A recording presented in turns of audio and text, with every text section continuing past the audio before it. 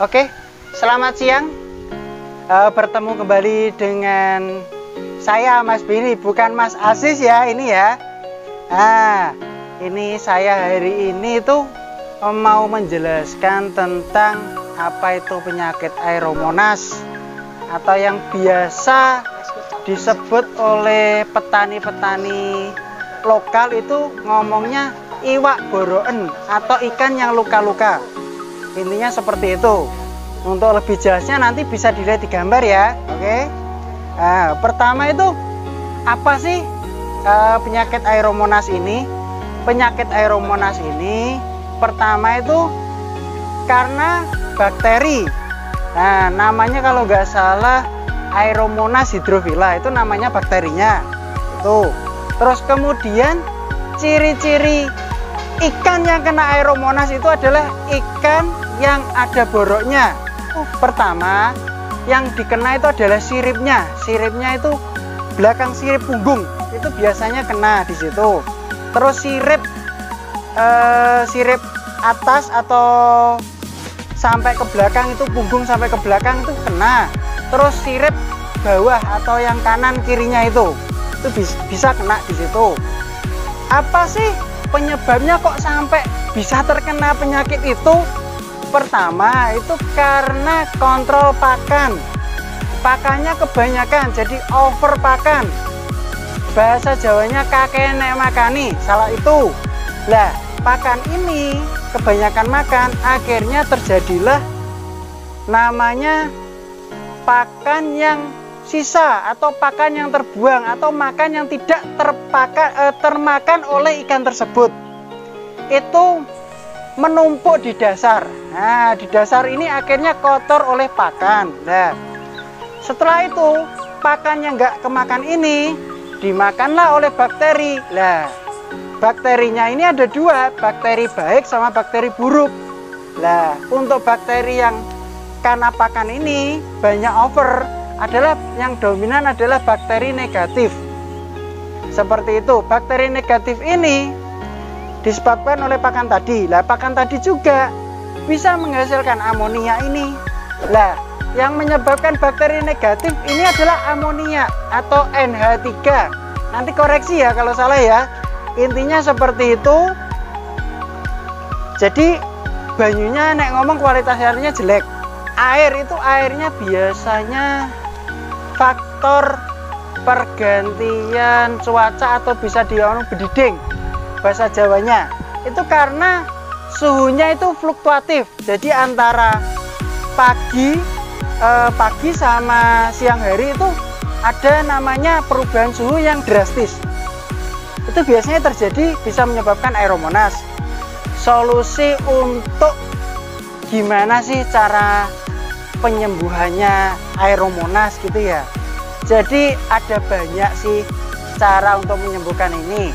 Pertama ada cara itu menggunakan garam ya. Garam ini itu kalau takaran di sini ya, ini kan kolamnya 2,5 meter. Ini biasanya saya kasih garam sekitar plus minusnya 4-5 kilo segituan. Sebelum dikasih garam ini itu airnya biasanya di sini ya itu dikuras 50-75%. Jangan total ya. Kalau di sini ya berbeda orang berbeda SOP ya. Jadi nggak bisa disamakan. Intinya seperti itu. Ada juga teman saya itu sampai dikuras total ganti air yang baru seperti itu. Ada juga yang seperti itu. Kalau di sini SOP-nya seperti itu. Jadi buang 75%, garamnya plus minus 4 kilo tadi itu dilarutkan dulu. Dilarutkan dulu dengan ember atau baskom. Yang ukurannya baskomnya 15 liter itu. Dilarutkan dulu sampai larut, kemudian dimasukkan ke situ dan langsung kemudian ditambahkan air yang baru. Di sini airnya baru langsung dari sumur, bukan air tandon. Itu cara penanganan pertama. Terus kemudian yang kedua itu sedikit di sini memakai antibiotik. Karena apa? Antibiotik ini adalah membunuh bakteri. Namanya aja antibiotik, anti barang hidup. Tapi kan kita sesuaikan dengan dosisnya. Dosisnya itu ada nanti di labelnya yang obat itu. Saya juga agak sebut merek antibiotiknya, intinya seperti itu. Nanti dikira endorse dan seterusnya. Pokoknya antibiotik, dosisnya ada di itu. Penggunaannya bagaimana sih antibiotiknya? Sama seperti penanganan yang garam tadi. Airnya dibuang 50-75%. Setelah itu baru dikasih tadi antibiotik yang dilarutkan di air. Intinya seperti itu. Jadi ini semua tergantung di aplikasinya para petani yang nonton video ini. Seperti itu. Misalkan yang pakai garam tadi, ya udah pakai garam dulu, diaplikasikan yang benar. Kok nggak sembuh? Jangan langsung gini. Kesalahannya petani pertama itu dikasih antibiotik, dikasih garam, dikasih yang biru-biru itu, dan seterusnya. Ini adalah kesalahan fatal karena apa? Dia akan overdosis ikannya. Nggak tambah sembuh tapi malah mati karena overdosis. Bingung itu tadi. Wah, ikan saya sakit. Bingung, dikasih Ades, kasih B. Dapat saran si ini, C. Dapat ini dimasukkan. Jadi itu adalah prinsip dasar. Kita pakailah satu dulu.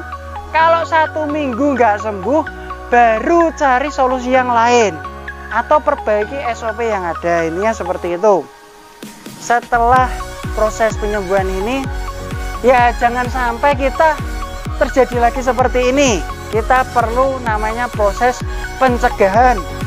Pencegahan ini salah satu yang pertama tadi, kita kembali lagi ke penyebab. Penyebabnya adalah pakan.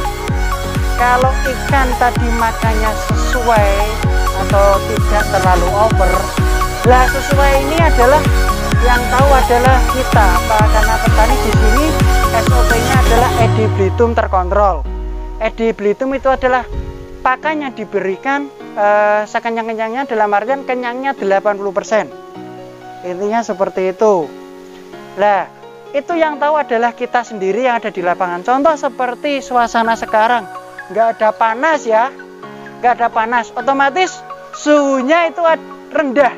Atau mungkin kisaran kita termometer ada ya, cuma hari ini nanti ya kita tes lah ya berapa.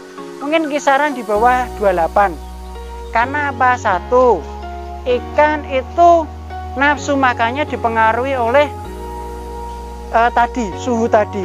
Kalau suhunya rendah atau mungkin ngomong itu dingin airnya, itu ikan cenderung nafsu makannya turun. Kalau lebih hangat, itu ikan nafsu makannya lebih tinggi. Intinya seperti itu. Berbeda dengan manusia. Manusia kalau dingin itu makannya banyak. Karena apa? Kita salah satu makhluk hidup yang berdarah hangat atau panas. Itu tadi pencegahannya pakan. Terus kemudian kedua, terakhir adalah kontrol air. Airnya kita kontrol. Sering di-drain hanya buang sekitar kalau di sini 5 cm, 3-5 cm itu tadi. Pencegahannya seperti itu. Sekian dari saya. Terima kasih bila ada saya salah kata atau perbuatan yang kurang pas, mohon dimaafkan. Terima kasih dari saya. Jangan lupa like, komen, dan subscribe channel. Dan jangan lupa lagi satu lagi, kalau ada yang tambahan komen ya di bawah ya, komen ya. Oke, terima kasih, dadah.